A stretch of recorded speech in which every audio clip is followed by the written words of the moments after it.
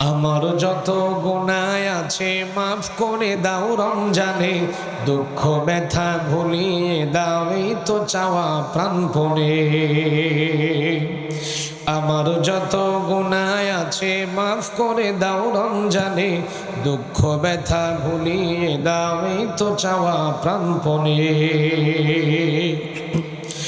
রমজানের হক আদায় করার শক্তি দাও প্রভু, তোমার স্মরণ থাকুক মনে, অন্তরে ভয় দাও প্রভু। রমজানের হক আদায় করার শক্তি দাও প্রভু, তোমার স্মরণ থাকুক মনে, অন্তরে ভয় দাও প্রভু। হৃদয়ে দাও তোমারই নূর এই তো চাওয়া আনমনে। আমার যত গুনাহ আছে মাফ করে দাও রমজানে, দুঃখ ব্যথা ভুলিয়ে দাও এই তো চাওয়া প্রাণপণে। মনের কালি দাও মুছে রহমতের রমজানে, হেরার আলো দাও ছড়িয়ে এই সমাজের সবখানে।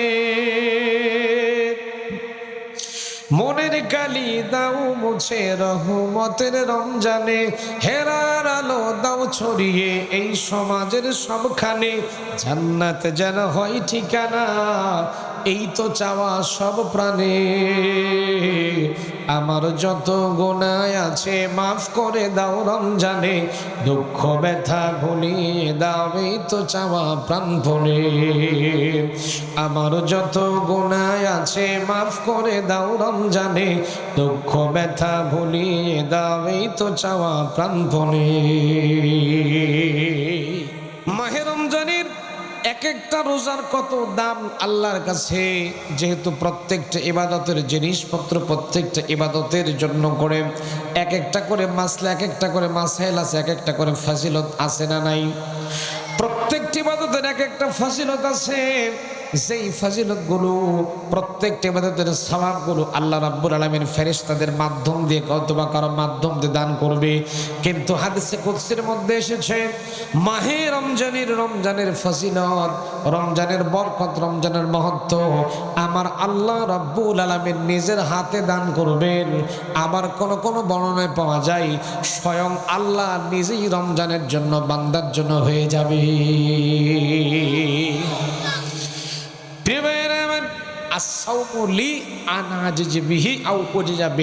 অর্থাৎ আল্লাহ বলছেন যে এর প্রতিদান আর কিছুই নয়, আমি আল্লাহ এর প্রতিদান নিজেই হয়ে যাব। বান্দা রোজা রাখে কার জন্য? কথা কয় না বারে, কথা কয় না, কার জন্য? প্রিয় ভাইয়েরা আমার, দুনিয়ার মানুষ কাউকে সন্তুষ্ট করার জন্য মাহে রমজানের রোজা পালন করে না, একমাত্র শুধুমাত্র কেবলমাত্র আমার মালিক আল্লাহ রাব্বুল আলামিনকে সন্তুষ্ট করার লক্ষ্যই কিন্তু বান্দা রোজা রাখে। বান্দা সারাটা দিন পর্যন্ত পানিও খায় না, বান্দার কষ্ট হয়ে যায়, ক্ষুধা লাগে, কষ্ট লাগে, তৃষ্ণা হয়ে যায়। বান্দা কারো ভয় করে না, কিন্তু ভয় করে কাকে? ভয় করে কাকে? আমার প্রিয় ভাইরা, খুব বেশি যখন তৃষ্ণা লাগলে যদি নদীর ভিতরে চলে যান, পুকুরে যখন গোসল করতে যাবেন, দুনিয়ার কেউ কিন্তু সেখানে থাকবে, দুনিয়ার কেউ সেখানে দেখতে পায় না। পুকুরের পানির তলে গেলেন, নদীর পানির তলে গেলেন, 10 ফিট 15 ফিট 20 ফিট পানির তলে চলে গেলেন, তৃষ্ণা লাগলো, তারপরে ওখানেও গিয়েও কিন্তু বান্দা এক ফোঁটা পানি পান করে না। সেখানে বান্দা ভয় করে কাকে? সেখানেও কিন্তু বান্দা আল্লাহকে ভয় করে।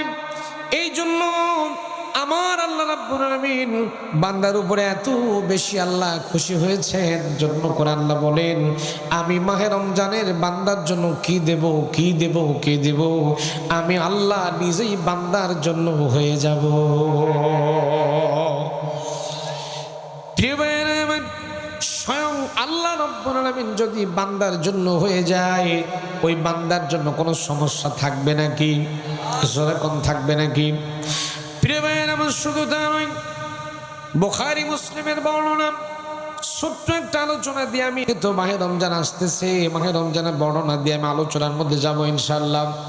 আমার প্রিয় ভাইয়েরা, ছোট্ট একটা বর্ণনা দিয়ে আমি আলোচনার ভেতরে যেতে চাই।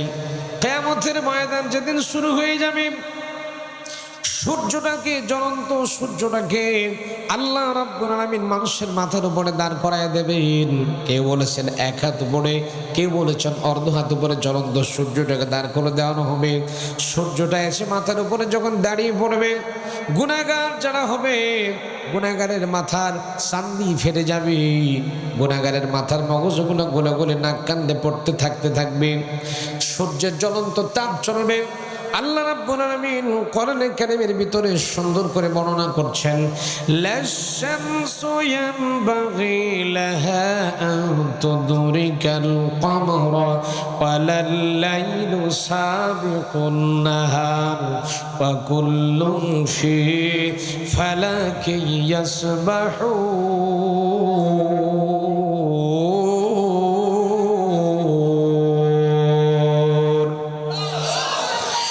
প্রিয় ভাইয়েরা আমার, গুনাহগারের মাথার চাঁদি ফেটে যাবে, নাক দিয়া, কান দিয়া, মুখ দিয়া মগজগুলো গলে গলে পড়তে থাকবে, জিহ্বাটা নাভিস্থল পর্যন্ত ঝুলে পড়ে বান্দা পাগলের মূর্তি ধারণ করবে।